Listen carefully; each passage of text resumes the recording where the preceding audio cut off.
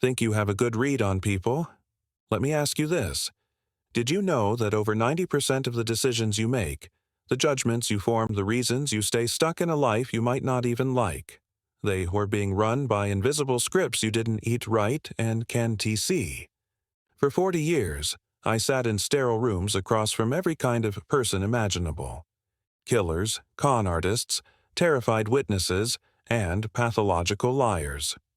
My job wasn't just to get the truth, it was to understand the machinery behind the truth, why they did what they did. And what I learned is that most of us are sleepwalking. We think we're in control, but we're not. We're being pushed and pulled by deep-seated psychological forces that are as predictable as gravity. Today, I'm going to pull back the curtain on 10 of these forces. These aren't just interesting theories from a textbook. These are the fundamental laws of human behavior that explain why your coworker is undermining you, why you can't get yourself to the gym, and why people will stand by and watch a tragedy unfold.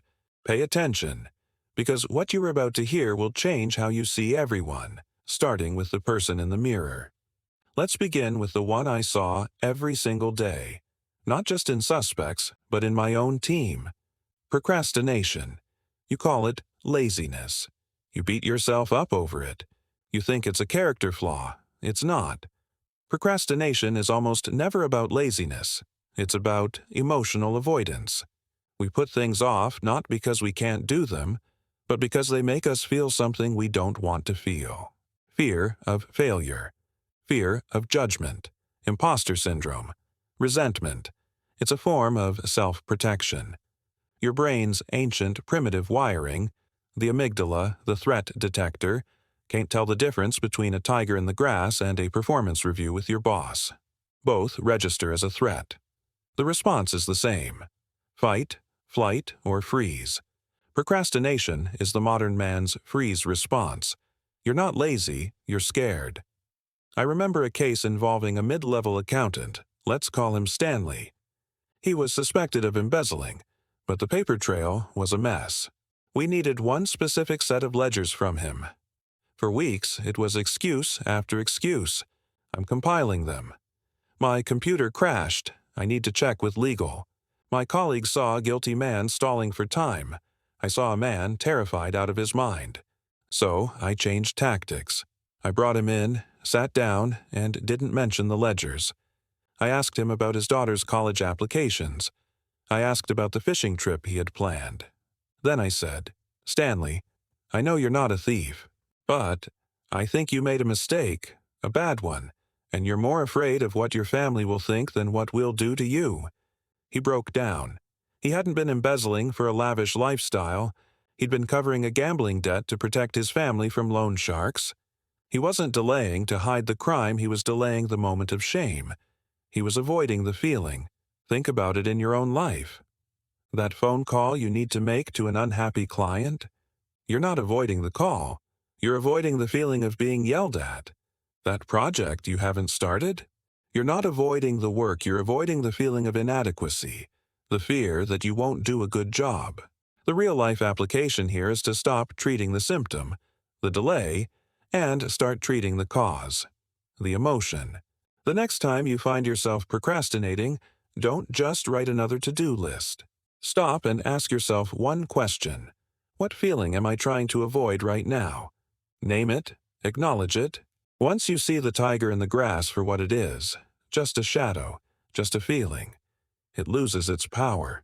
Have you ever felt that immense wave of relief after finally doing the one thing you'd been dreading for weeks? That's the feeling of freedom. What are you avoiding right now that's keeping you from that feeling? If you understand that we run from bad feelings, the next piece of the puzzle will click into place with terrifying clarity. It explains why people stay in jobs they hate, relationships that are toxic, and situations that drain the life out of them. It's this: people will almost always choose predictable, familiar pain over uncertain happiness. The devil you know is always more appealing than the angel you don't. Why? Because the human brain is not designed for happiness, it's designed for survival. And for survival, predictability is king. An unhappy but predictable environment. where you know the rules and can anticipate the next blow, feels safer to your primal brain than a potentially happy but unknown future. The uncertainty of change registers as a mortal threat. I saw this play out in a domestic violence case that still bothers me. The witness, we'll call her Brenda, had been abused by her husband for years. We had a rock-solid case, a safe house waiting for her, a new life in another state. All she had to do was testify. The day of the hearing, she recanted everything. She went back to him. My younger colleagues were furious. They called her weak, irrational. They didn't understand. To them, the choice was simple: abuse versus freedom. But in her mind, the choice was this: the familiar, predictable pain of her husband's temper, which she knew how to navigate, versus the terrifying absolute uncertainty of a new city, no friends, no job, and the constant fear he might find her. Her nervous system, conditioned by years of trauma, chose the cage it knew over the freedom it couldn't imagine. It wasn't a rational choice, it was a survival reflex. The pain was a known quantity. The happiness was just a theory. This isn't just for extreme cases. Look around. Look at the man who has worked at the same factory for 30 years, complaining every single day about his boss and his low pay, but who wouldn't dream of looking for another job. The routine, the familiar complaint, the shared misery with his coworkers, it's a painful but stable ecosystem. The thought of writing a resume, going on interviews, learning a new culture, it's just too much uncertainty. It's the same for the friend group that revolves around gossip and negativity. Everyone knows it's unhealthy, but leaving means facing the uncertainty of being alone. The predictable misery of the group feels safer. The psychological principle at play is called the status quo bias. Our brains are wired to see change as a loss, even if the current situation is terrible. We overvalue what we have and undervalue what we might gain. So here is the question for you to reflect on. What predictable pain are you clinging to? What broken situation have you accepted as just the way it is because the thought of changing it is too frightening? The practical step isn't to make a giant leap into the unknown. It's to take one small, tiny step to introduce a little uncertainty. Apply for one job you know you won't get. Have one conversation where you speak your mind, even if it's scary. Your brain needs evidence that uncertainty isn't always a tiger. Sometimes it's the door to a better cage, or maybe no cage at all. Now, let's move from the dangers inside your own head to the dangers of the crowd. This next one is critical, because knowing it could not only save someone else's life, it could save your own. It's called the bystander effect, and the principle is chillingly simple. The more people who witness an emergency, the less likely it is that any one of them will help. It's a complete paradox. We think there's safety in numbers, but in an emergency, numbers create paralysis. Responsibility, you see, is like a drop of ink in a glass of water. Alone, it's concentrated. But the more water you add, the more it diffuses until it's invisible. When a dozen people see someone collapse on the sidewalk, each one of them thinks, someone else will call 911. Someone more qualified will help. I don't want to get involved or make a fool of myself. I've reviewed countless security tapes of street crimes, muggings, assaults, happening in broad daylight, surrounded by people. The pattern is always the same. People slow down. They stare. They pull out their phones, maybe to record, but they don't intervene. They look at each other, seeking social cues, and because nobody else is acting, the group consensus becomes, action is not required. It's a collective lie we all agree to tell ourselves to absolve ourselves of the responsibility to be human. One case was a man having a heart attack in a busy subway station during rush hour. He slumped onto a bench, clearly in distress. Hundreds of people walked by. Why? Because he wasn't screaming. He wasn't making a scene. He was just a man sitting on a bench. To intervene would be a social risk. To do nothing was the safe, easy, default option. It took nearly 10 minutes before a transit officer finally noticed something was wrong. By then, it was too late. The psychology behind this is called diffusion of responsibility, mixed with a dose of social proof. We are pack animals. We regulate our behavior by watching what the rest of the pack does. If the pack is calm, we stay calm, even if our own eyes are telling us there's a fire. The practical application of this is one of the most important things I can teach you. If you are ever in an emergency and need help, you cannot appeal to the crowd. Shouting, "Somebody call an ambulance," is useless. You have just diffused the responsibility to everyone and no one. You must shatter the bystander effect by assigning direct, individual commands.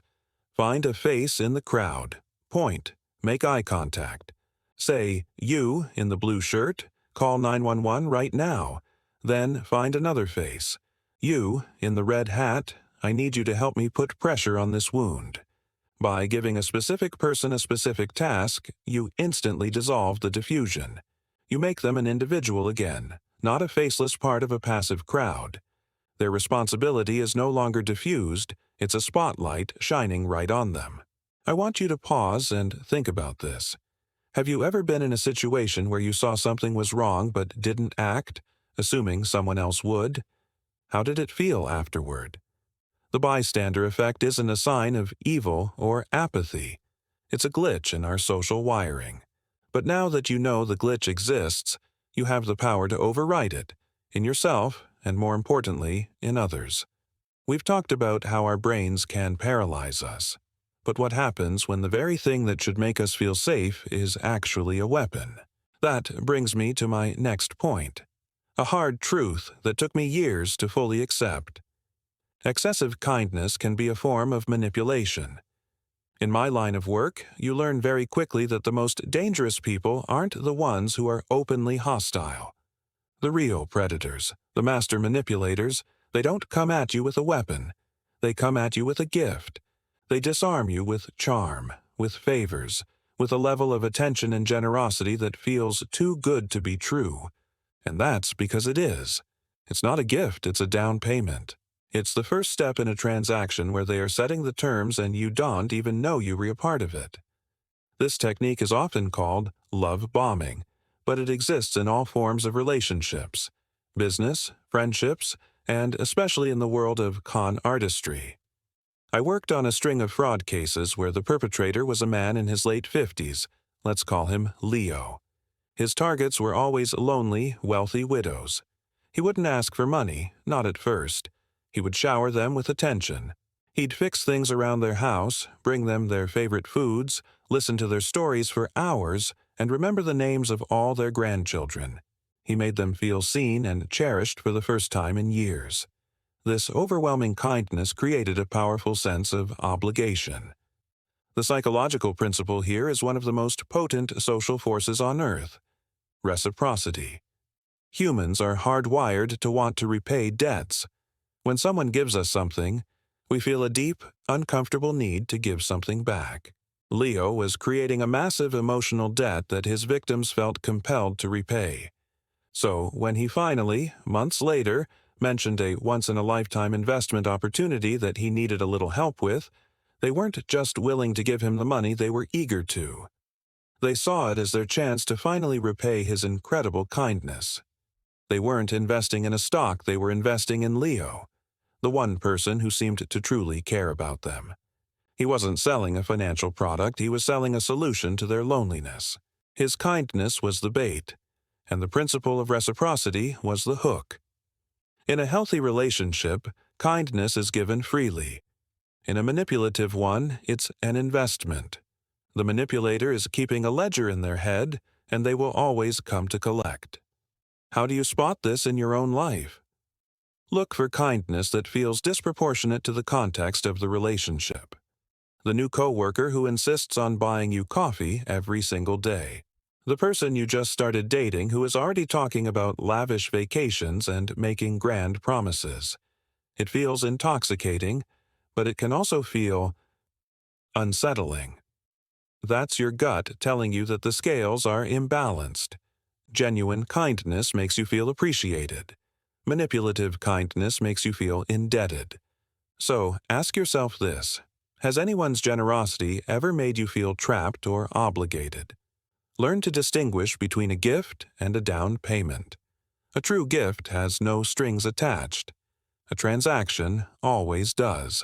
This next psychological trap is one of the primary reasons for conflict in our lives, from boardroom arguments to family feuds.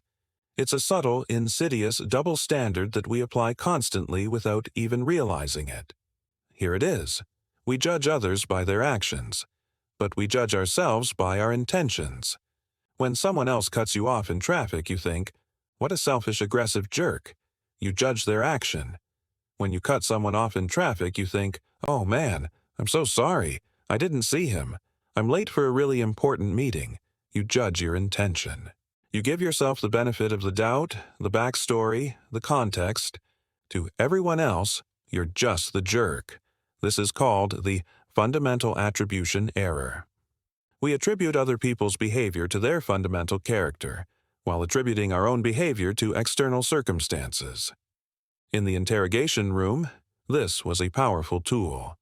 A suspect would describe their actions in the most sterile, passive terms possible. The gun went off. An argument took place. They live in the world of their intentions. "I didn't mean to hurt anyone. I was just scared." My job was to pull them out of their subjective reality and force them to confront the objective reality of their actions. I'd play back a security video or read a witness statement. "You say you were just scared, Martin. But the witness says you pointed the gun and said, 'Give me the money or you're dead.' Let's talk about that action. Forget what you were feeling. What did you do?" Forcing people to bridge the gap between their sanitized intentions and their messy, real-world actions is often where a confession begins. They have a story in their head about who they are, and you have to present them with the undeniable evidence of what they did. The conflict between those two things, the intention and the action, is often too much cognitive dissonance for them to handle. But you don't need to be in an interrogation room to see this. It happens every day. Your employee misses a deadline. Your first thought, "He's lazy, he's unreliable." You don't consider that his kid might be sick or his car broke down. When you miss a deadline, it's because I had 3 other projects dumped on me and the instructions weren't clear. Your spouse says something hurtful. You think, "She's so cruel sometimes." When you say something hurtful, you think, "I was just stressed out. I didn't mean it that way." This single bias is the source of endless misunderstanding. We give ourselves a free pass while holding everyone else to a rigid standard based only on what we can see. So, how do we fix it? It requires a conscious, deliberate act of empathy. The next time someone does something that irritates or offends you, force yourself to stop. Before you judge their action, ask one question. What might their intention have been? Or, what circumstances might have led to that action? You don't have to excuse their behavior, but trying to understand it diffuses your anger and opens the door for actual resolution. And when you are in a conflict, try explaining your intentions rather than just defending your actions. Instead of, "I didn't yell," try, "My intention was not to upset you. I was just getting frustrated because I felt like I wasn't being heard." Have you ever been completely misunderstood by someone who only saw your actions and had no clue about your intentions? How did that feel? Granting others the grace you so easily grant yourself is a superpower. Have you ever walked into a room where people are laughing and found yourself smiling before you even know the joke? Or have you felt your own body tense up just by watching a heated argument between strangers on a train? This isn't just you being empathetic, it's a deep and powerful neurological process at work. It's because of something called mirror neurons, and they are the foundation of social learning, connection, and influence. In simple terms, your brain fires in the same way when you watch someone perform an action, as it does when you perform that action yourself.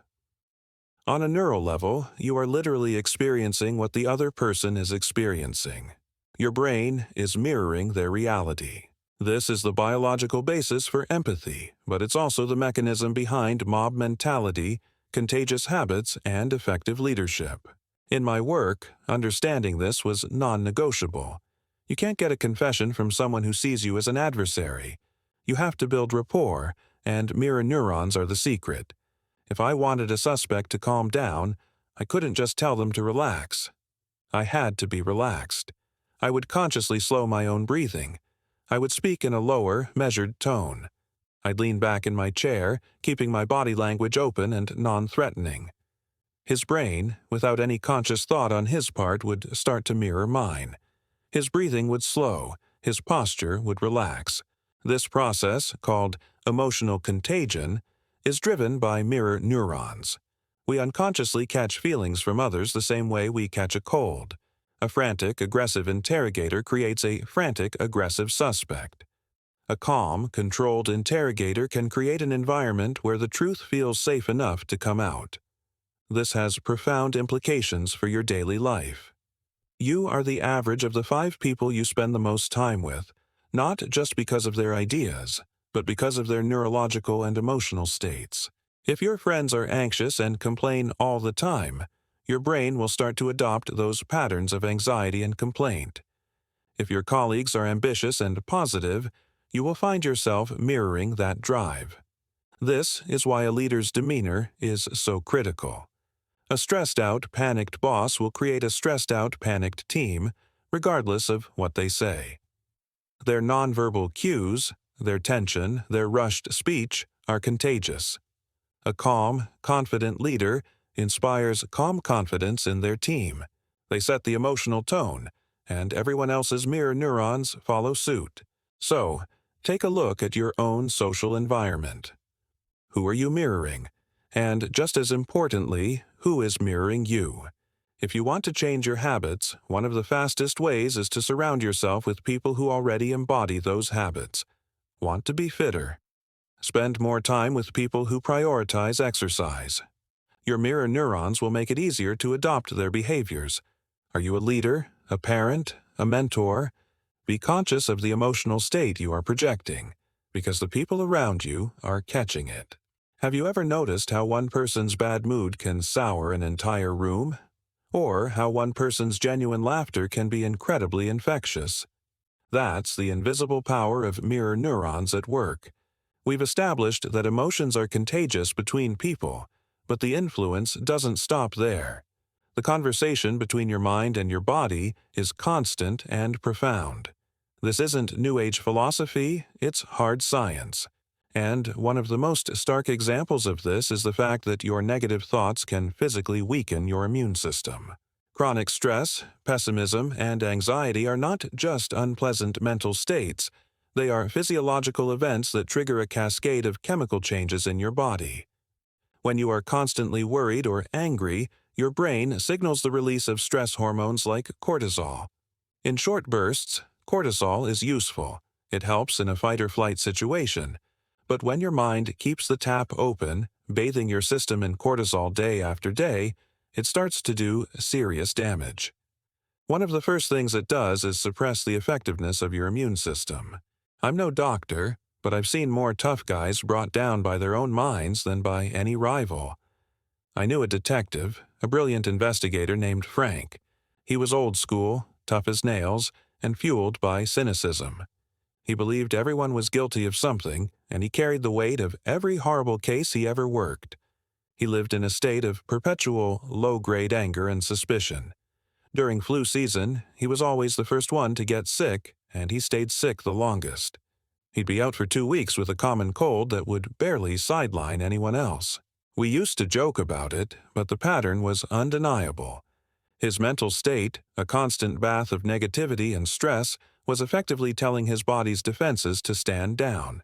His mind was so busy fighting imaginary threats and reliving old battles that his body had no resources left to fight actual, physical invaders like viruses. The science is quite clear on this.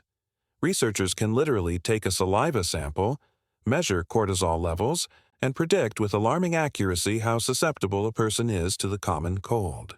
High-stress individuals don't just report more symptoms, they are biologically less capable of fighting off the virus.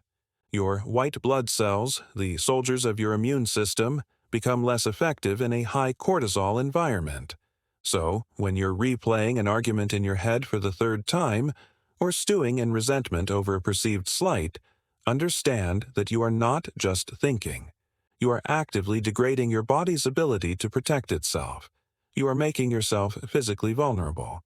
What does this mean for you in a practical sense? It means that managing your mental health is not a luxury, it's a core component of your physical health. Practices like mindfulness, meditation, or even just taking a deliberate 10-minute walk to clear your head are not soft skills. They are acts of physiological maintenance, like changing the oil in your car. It means learning to let go of grudges, because holding on to anger is like drinking poison and expecting the other person to die. Have you ever noticed that you tend to get sick during or right after a particularly stressful period in your life, like exams, a big project at work, or a family crisis? That's not a coincidence. That's your body showing you the physical price of your mental state. Protecting your peace is not selfish, it's a biological necessity. Given that our mental state has such a direct impact on our physical well-being, it begs the question: what is the most reliable way to cultivate a positive one? Our culture screams one answer: possessions. A bigger house, a faster car, the latest phone. We're taught to accumulate. But decades of psychological research and, frankly, decades of observing human beings points to a completely different and much more powerful truth. Experiences consistently bring people more lasting happiness than material things. This is one of the most well-documented but widely ignored facts of human psychology. Things get old. They break. They become obsolete. Worse, we adapt to them. That shiny new car is thrilling for a month. Then it's just your car. It becomes part of the baseline. The joy fades. Experiences, on the other hand, do the opposite. They become part of our identity. I think about two characters from a long and complicated white-collar case. One was the CEO we were investigating. Let's call him Mr. Gable. He had everything: a mansion, a collection of vintage cars, watches that cost more than my house, and he was one of the most miserable, paranoid, and empty human beings I have ever met. Every possession was just another thing to worry about, another thing to compare to what his rivals had. His joy was fleeting, always tied to the next acquisition. The other person was a junior analyst in his company who became our informant. Let's call her Sarah. She made a modest salary, lived in a small apartment. But she spent her disposable income on experiences. She took rock climbing trips, went to concerts, traveled to see her family. When we interviewed her, she spoke about her life with a richness and a joy that was completely absent from her boss's life. Her memories, the struggle of a difficult climb, the feeling of a live concert, the laughter of a family dinner, were treasures that couldn't be scratched, stolen, or become obsolete. They paid dividends in positive feelings every time she recalled them. The psychology behind this is fascinating. It's partly due to something called hedonic adaptation. We simply get used to new things, and the pleasure they provide diminishes over time. But we don't adapt to memories in the same way. In fact, we often remember experiences as being even better than they were, a process called rosy retrospection. That camping trip where it rained and the mosquitoes were terrible. 5 years later, you just remember the laughter around the campfire. Furthermore, experiences are often social. They connect us to other people, which is one of the most fundamental human needs. No one ever bonded deeply with a friend over the purchase of a new television. But you can bond for a lifetime over a shared, challenging experience. I challenge you to think about your own life. Make a quick list in your head of the top 5 things you've spent money on that have brought you the most joy. How many of them are physical objects you can hold, and how many are memories of something you did? The answer for most people is overwhelmingly in favor of experiences. This doesn't mean you have to live like a monk, but it does mean you should be intentional about where you invest your resources for happiness. The next time you're considering a major purchase, ask yourself, will this bring me a fleeting thrill, or will it bring me a lasting memory? The choice you make doesn't just affect your bank account, it shapes the very narrative of your life, turning it from a collection of objects into a collection of stories.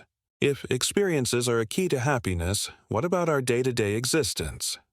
We have this romantic idea of happiness being a state of blissful relaxation, lying on a beach with nothing to do. The reality, backed by a mountain of evidence, is the exact opposite. Busy people tend to be happier people. Now, let me be very clear. I'm not talking about being overworked, stressed, and burned out. That's a different beast entirely. I'm talking about being engaged, having a sense of purpose, and having a structure to your day. It turns out that the old saying, idle hands are the devil's workshop, is psychologically profound. An idle mind is the devil's playground. When our minds are not engaged in a task, they tend to drift towards negativity, a process called rumination. We worry about the future, we regret the past, we fixate on our problems. Purposeful activity is the antidote to this. This was one of the first things I observed in my own life after I retired. For the first month it was fantastic. I slept in, I read books, I did nothing. By the second month I was miserable. My mind, with nothing to solve, started manufacturing problems. I became irritable, anxious. The lack of structure was creating a vacuum, and my brain was filling it with noise. I saw the same pattern in suspects we held for extended periods. The ones who found a way to stay busy, by exercising in their cell, reading voraciously, trying to help the guards, fared much better mentally than the ones who just lay on their cot all day, lost in their own heads. Their idleness amplified their despair.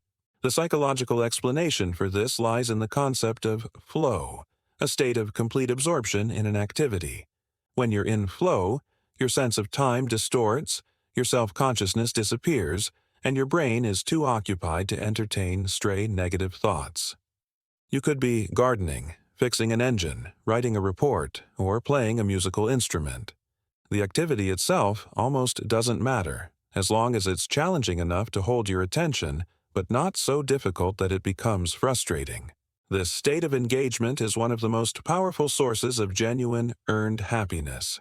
It's not the passive pleasure of being entertained, it's the deep satisfaction of being utilized. Being busy provides structure, a sense of competence, and it starves the part of our brain that loves to worry. So, what's the practical application? Find ways to stay purposefully engaged. If you are retired or unemployed, creating a routine is not a sign of surrender to boredom.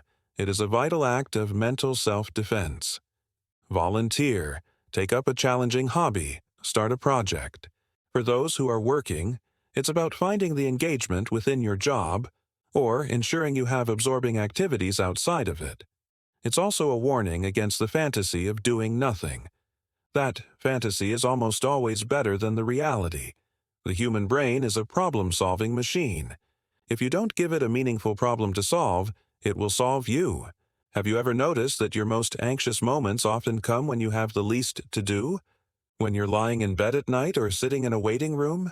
That's your brain in its default, ruminating state. The solution isn't to think happier thoughts. It's to give your brain a better job to do. I'm going to add an idea here that builds on this notion of busyness, a kind of dark cousin to it. We've established that purposeful activity makes you happier. But what happens when that busyness is just another form of avoidance? I call it the lure of productive procrastination. This is a sophisticated trap for intelligent, ambitious people.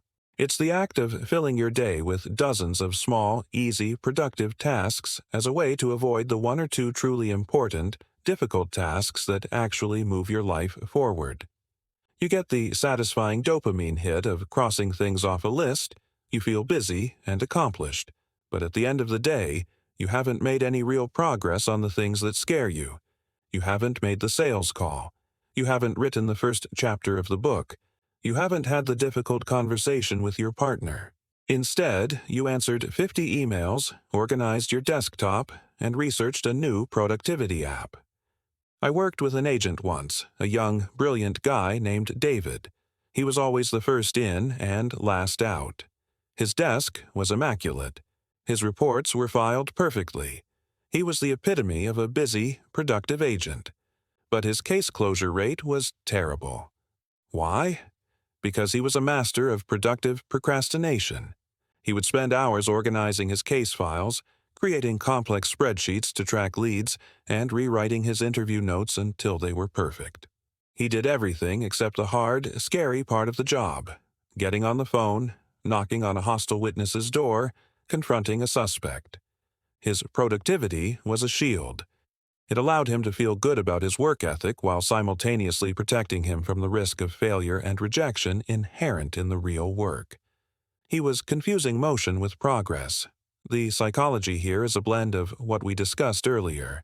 It's a form of emotional avoidance, but it's cleverly disguised as its opposite.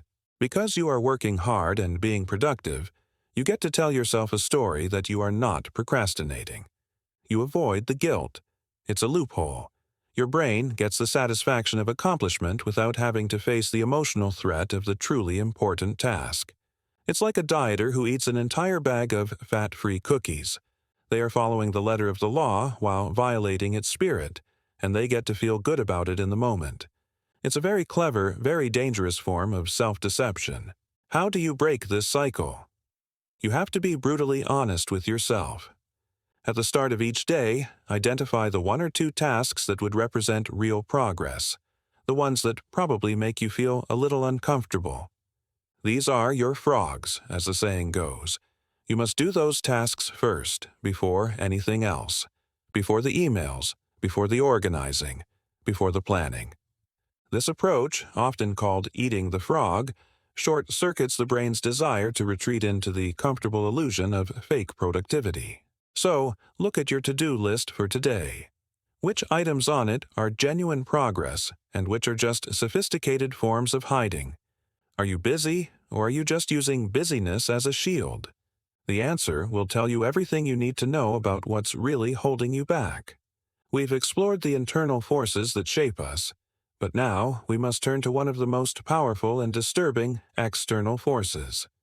If you believe that your personality is a fixed, stable thing, that you are who you are regardless of the situation, then you are dangerously mistaken.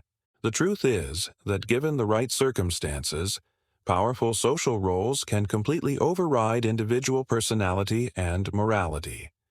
Good people can be made to do terrible things, not because they are secretly evil, but because they are placed in a situation that demands it of them. The uniform you wear, the title you're given, the expectations of the role, these things can be more powerful than your own conscience. The most famous demonstration of this is the Stanford prison experiment. In the 1970s, psychologist Philip Zimbardo took a group of normal, healthy college students and randomly assigned them to be either prisoners or guards in a simulated prison. The experiment was supposed to last 2 weeks. It had to be shut down after just 6 days. The students assigned to be guards quickly became sadistic and abusive, devising cruel and humiliating punishments for the prisoners, who, in turn, became passive, helpless, and emotionally broken. These were not bad people. They were good kids who were put into a powerful situation, given a role, a uniform, and a sense of power, and their personalities were completely submerged by the demands of that role. The situation dictated their behavior far more than their individual character did. I've seen this in my own career, time and time again. I've seen rookie cops, good kids from small towns, become overly aggressive and cynical after just a few months on the job because the role of a police officer in a high-crime area demanded it. The uniform and the group identity of the force created a new set of rules that superseded the ones they grew up with. Conversely, I've seen violent gang members, when removed from their environment and given a role with positive responsibility, like mentoring younger kids, transform into caring, thoughtful leaders. They weren't faking it. The new role created a new context, and their behavior adapted to fit it. They rose to the expectations of the new role just as they had sunk to the expectations of the old one. This principle is at work everywhere. Think about how people behave differently when they put on the uniform of a corporate executive, a parent at a PTA meeting, or a fan at a football game. The role comes with a script, and we tend to follow it, often unconsciously. This is a humbling and cautionary insight. It means that the line between good and evil is permeable and depends heavily on the situation we find ourselves in. It warns us to be wary of situations that grant unchecked power, that dehumanize others, or that rely on a strong us versus them group identity. The practical lesson is this. If you want to change behavior, in your employees, in your children, or in yourself, don't just focus on changing the person. Change the situation. Create roles and environments that bring out the best in people. Design systems where empathy and cooperation are the expected script. Because under the right pressure, almost anyone can become a monster. And under the right conditions, almost anyone can become a hero. Which situation are you creating for the people around you? We're drawing near the end, and I want to introduce a final subtle principle that ties many of these ideas together. It's about the stories we tell ourselves to make sense of a chaotic world, and how those stories can protect us, but also blind us. It's called the just world fallacy, and it's the deep-seated, often unconscious belief that the world is fundamentally fair and that people get what they deserve. Good things happen to good people, and bad things happen to bad people. We need to believe this because the alternative, that the world is random and that suffering can be meaningless, is terrifying. But this need for a just world has a dark side. It makes us blame victims. When we hear about a tragedy, our brain's first instinctive reaction is often to find a reason why it wouldn't happen to us. We look for a way to distance ourselves from the victim. We hear about someone getting mugged and we ask, well, what neighborhood were they walking in at that time of night? We hear about a business failing and we think, they must have made some foolish decisions. We hear about someone getting sick and we wonder about their lifestyle choices. We are not consciously trying to be cruel. We are subconsciously trying to reassure ourselves. By finding a flaw or a mistake in the victim's behavior, we create the illusion of control. We tell ourselves, if I don't walk in that neighborhood, if I don't make foolish decisions, if I have a healthy lifestyle, then I'll be safe. Blaming the victim is a defense mechanism for the ego. In my field, this was a constant battle. When interviewing victims of sophisticated fraud schemes, I would often see other officers adopt a slightly judgmental tone. They'd imply the victim must have been greedy, or foolish, or naive. They couldn't accept that a smart, cautious person could be so thoroughly deceived, because that would mean they could be deceived too. It was easier to blame the victim for their greed than to accept the terrifying skill of the con artist. The same goes for victims of other crimes. The impulse to ask, but what was she wearing? Or why did he go there? Is a direct product of the just world fallacy. It's a desperate attempt to find an orderly, cause-and-effect reason for a chaotic event. This bias is everywhere. It's why people are often slow to help the homeless, assuming they must have made bad choices to end up there. It's why we sometimes roll our eyes at someone with crippling debt, assuming they were just irresponsible. We do this to maintain our comforting belief that the universe is a fair and logical place. The antidote is conscious empathy and humility. It's the practice of saying, that could have been me. It's the recognition that luck, chance, and circumstances beyond our control play a massive role in everyone's life. So, the next time you hear a story of misfortune, I want you to watch your mind's first reaction. Do you immediately search for a reason why the victim was at fault? Do you find yourself asking questions that subtly place the blame on them? Catching yourself in that moment and consciously choosing compassion over judgment is not just an act of kindness. It's an act of seeing the world as it truly is. Messy, unpredictable, and profoundly unjust at times. We've covered a lot of ground today. We've seen that your procrastination is likely a form of fear, not laziness. We've learned that your brain prefers a pain it knows over a happiness it doesn't see. We've uncovered the paralyzing power of the bystander effect and how to break it with a direct command. We've seen that kindness can be a weapon, that we judge ourselves by our good intentions while judging others by their bad actions, and that your thoughts can literally make you sick.